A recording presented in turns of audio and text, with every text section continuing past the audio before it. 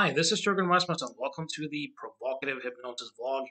This video is about the myth of cause and effect in living systems. And it's about how there really is no such thing as a cause or a root cause behind your issues or your client's issues.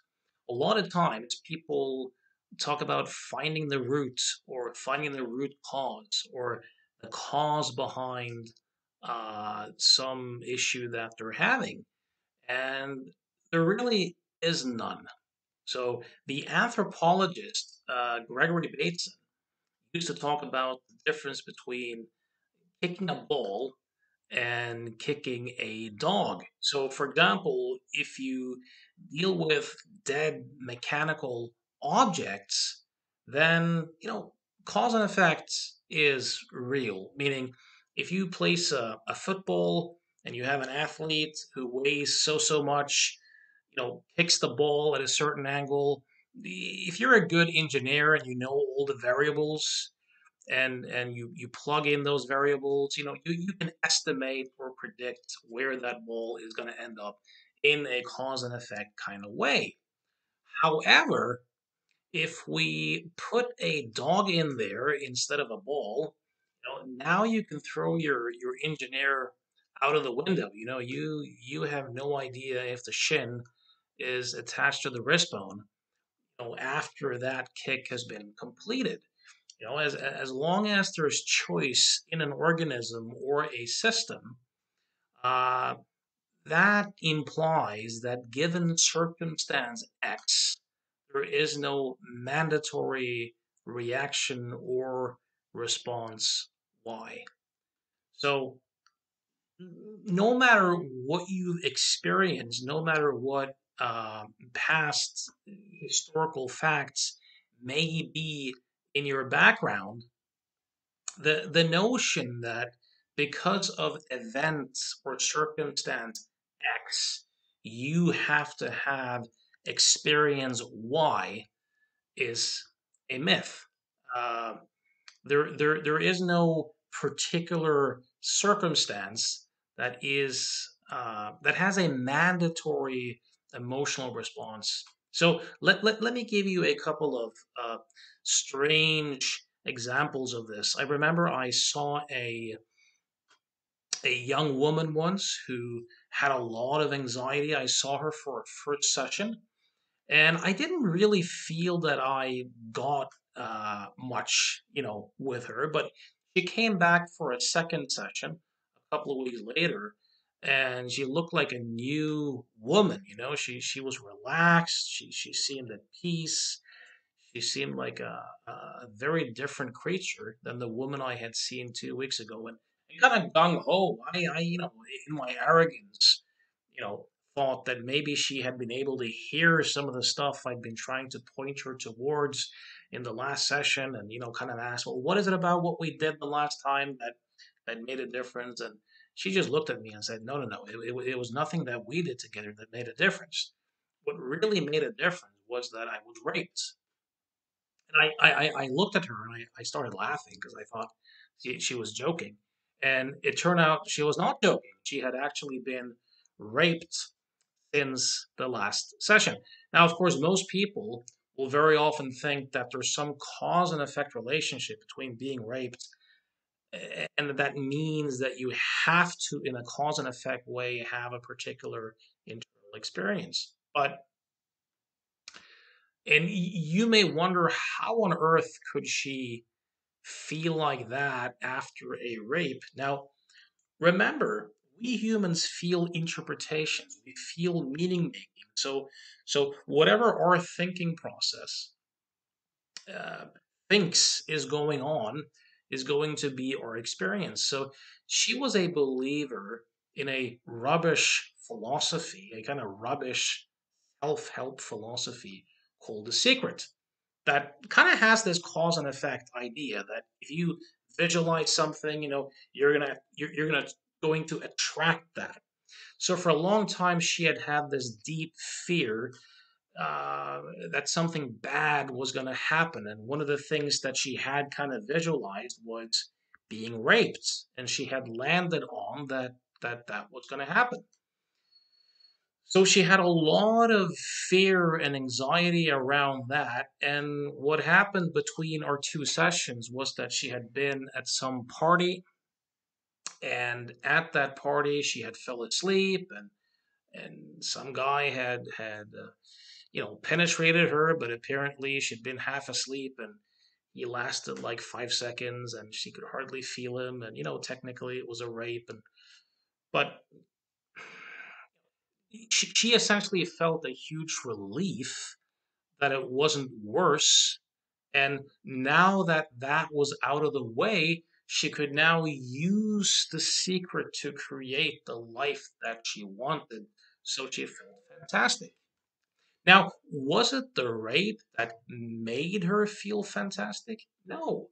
It was the meaning making that she attributed to what had happened that she felt. And the point here is that given X circumstance, there are a lot of different interpretations, some more plausible than others, of course, given human nature, but there's a lot of different interpretations that we can potentially have, and thereby there's a lot of different experiences that we can have given the same life circumstance. I listened to a Sam Harris podcast once where he talked about ISIS having a magazine a few years back. And there was an interview there with a woman who had moved from Finland with her two kids to join ISIS. And she was being interviewed. And one of the topics was, the what it was like, living with ISIS and all sorts of stuff. And she complained a bit about the food and the heat and the temperature and a lot of practical logistical things. But one thing very notably that she did not complain about was the death of her 16-year-old son. Quite the contrary, she did not feel grief. She felt joy and pride and love, and was so happy for him, been killed by an American drone. But he died as a martyr, as a jihadist. And according to her faith, which I again think is rubbish and bullshit, but that's not the point. According to her faith, uh, he had at a very young age then secured his place with Allah for himself and for his family. And what more could you wish for as a loving mother for your son? What was there to grieve? The point being that with that kind of worldview, with that kind of meaning making, having those emotions completely um, completely made sense. So most of our clients come in kind of acting as if they are balls, who are just being kicked around by other people and events. And our job, John Grinder used to use this analogy, our job is to essentially get them to realize that they're cats, that they essentially have choice, that given the same circumstances, they can have different experiences. Of course, physically, if a grown man pins a young child to the floor and weighs 80 kilos more, you can talk about cause and effect, and you can probably talk about cause and effect too.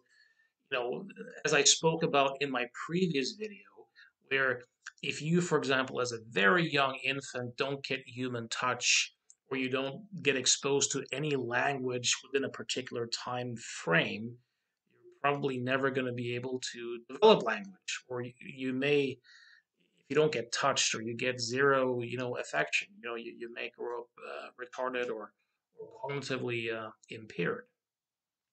But cause and effect seems to be a myth. Now, here's an interesting thing. Let me tell you two stories to kind of illustrate this and how unreasonable this whole cause and effect thing is.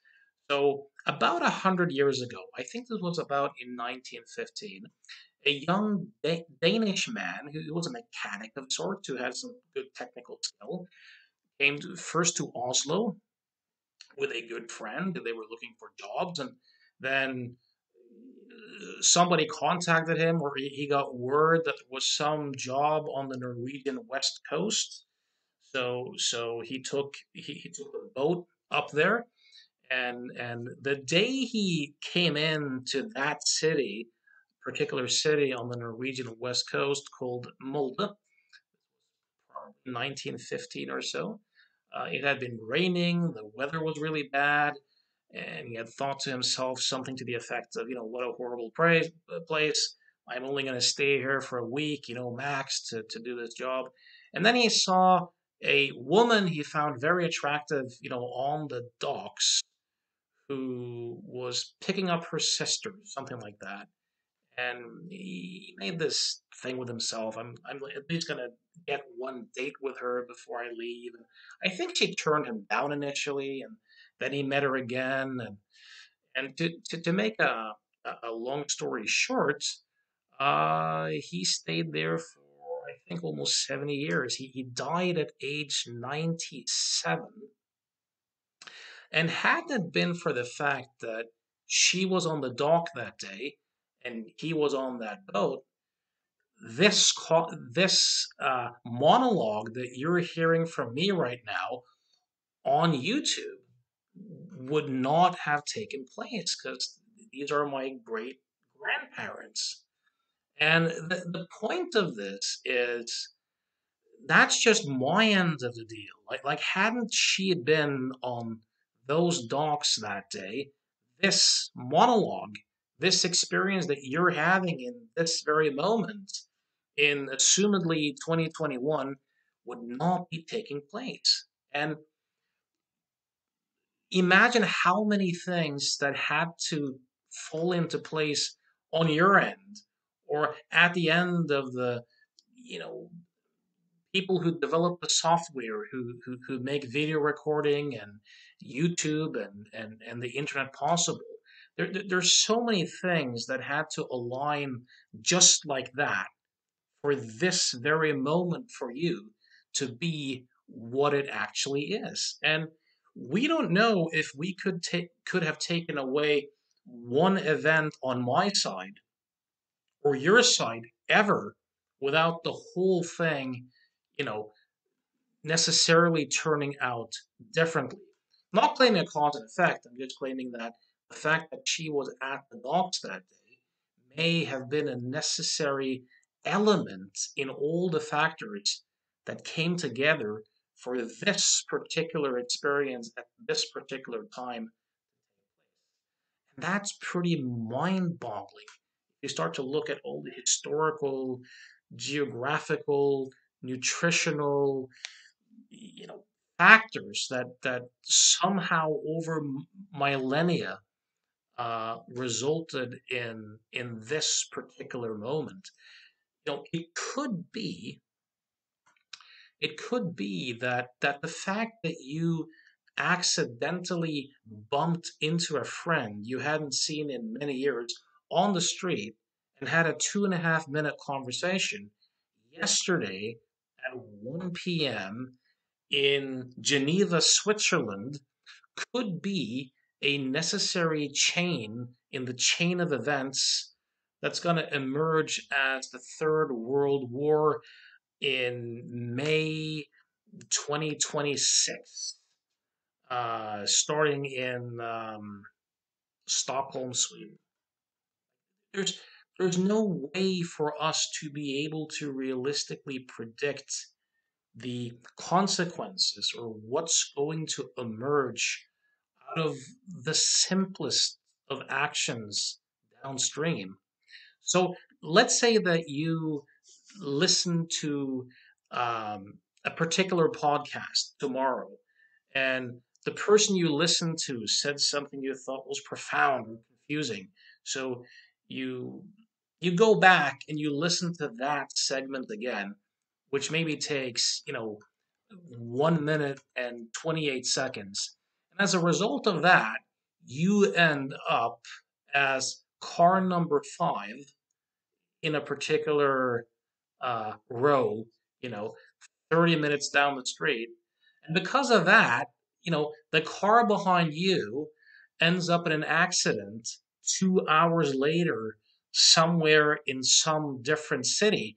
That accident would never have happened hadn't you been 20 meters in front of the car, right before the lights turned red, um, 3 hours earlier.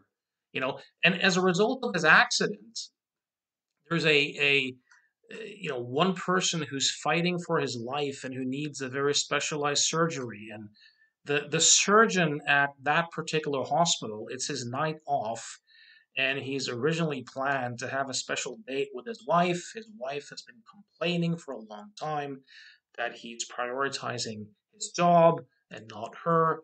So, his conscience, he realizes he's kind of risking his marriage, but he goes, he does the surgery. Uh, the surgery is not successful. The patient dies. But this is the straw that broke the camel's back. So his wife decides to leave him, moves with the kids to another city in which her oldest son becomes addicted to heroin, 2 years later. Um, None of which would have happened hadn't it been for you finding that particular segment of a particular podcast profound and confusing and choosing to re listen to aspects of it 3 years and 4 months previously. So, this is an interactive system where everything influences everything. And we have no ways of realistically knowing if we could have taken any single event out of our collective pasts without things turning out profoundly different. And you can't really step out of the game. Like you can't really step out of that web of influence. So if you start to look at it like that, you may begin to see how complex and how interconnected we human beings are, and that the notion that a particular event caused you to be a particular way is pretty magical thinking. So I hope this was useful. I hope it might inspire you to ask some more questions. Um, Again, if my ideas resonate with you and you want to make some change in your life, you're looking for change work or mentoring, you can reach me at provocativehypnosis.com. All right, till next time.